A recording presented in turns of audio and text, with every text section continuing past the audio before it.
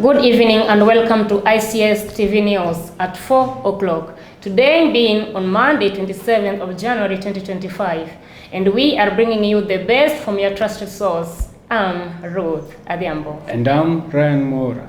President William Ruto has named a 9-member selection panel for the recruitment of nominees for the appointment as the chairperson and commissioners of the Independent Electoral and Boundaries Commission. Our reporter Eric Sang has more details. President William Ruto has today named a 9-member selection panel for the recruitment of nominees for appointment as the chairperson and commissioners of the Independent Electoral and Boundaries Commission.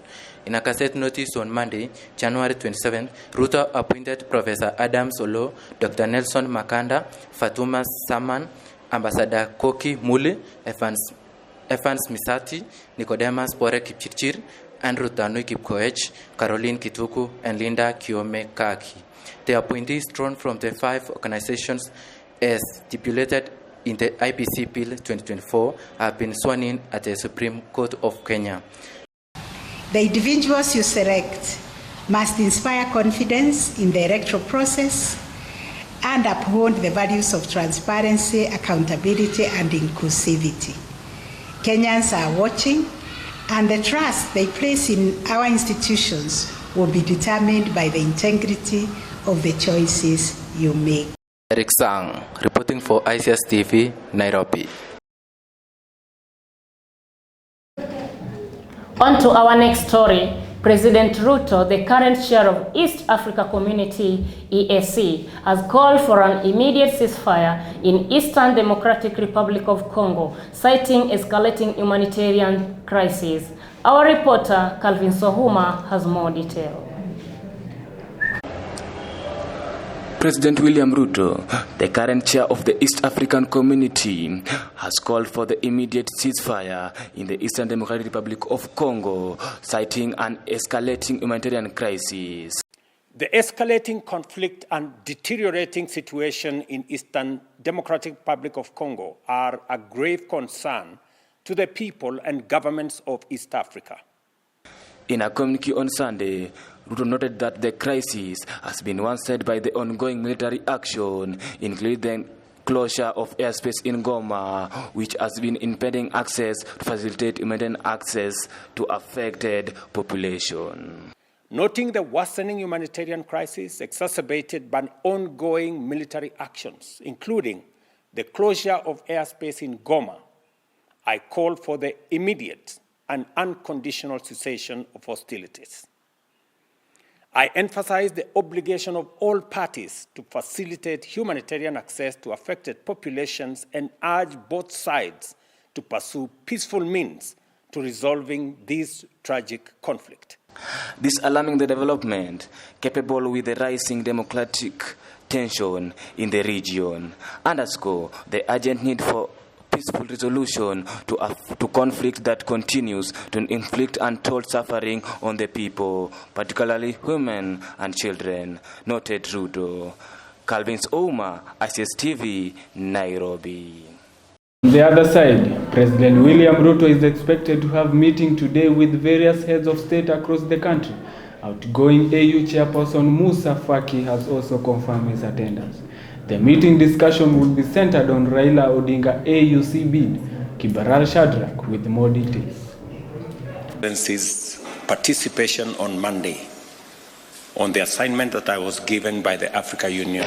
The President William Ruto will today chair a crucial retreat of heads of state as Kenya's coast flood, drumming support for its AUC candidate Raila Odinga.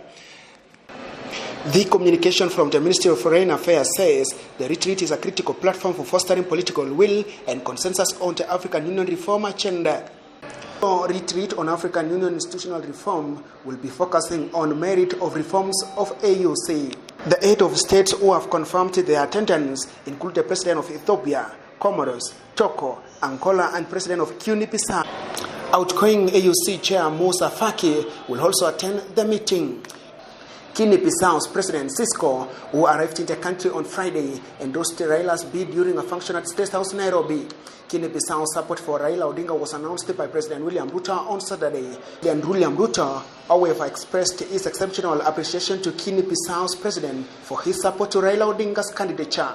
And to thank you most sincerely for supporting Kenya's candidature of the Africa Union Commission, as I informed you earlier last year, and to in a very special way recognize your efforts in not only supporting the Honorable Raila Odinga, but also canvassing support for him in Western Africa. Early last year, the West African leader was in the country where he met President William Ruto at his home in Kilgoris and later on met with former Prime Minister Raila Odinga. The retreat is coming at a time Raila has stepped up his cross-Africa campaigns ahead of 15 February 2025 elections. On last week, Raila Odinga held a series of meetings and held discussions in North Africa where he met with Algeria's Prime Minister and President of Mauritius, Mohamed Ould.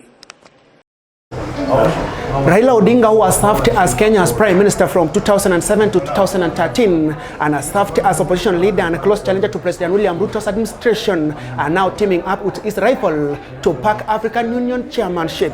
Kibarar Shadrack, ICS TV. On the next story, Githunguri, Member of Parliament, Gathoni wa Mushomba, has claimed that members of Parliament are always coerced to vote for a law in Parliament. Daniel Ochieng with more information. Githunguri, Member of Parliament Gathoni wa Muchomba, alleged that call from State House and prefect in the Kenya Kwanza administration are made.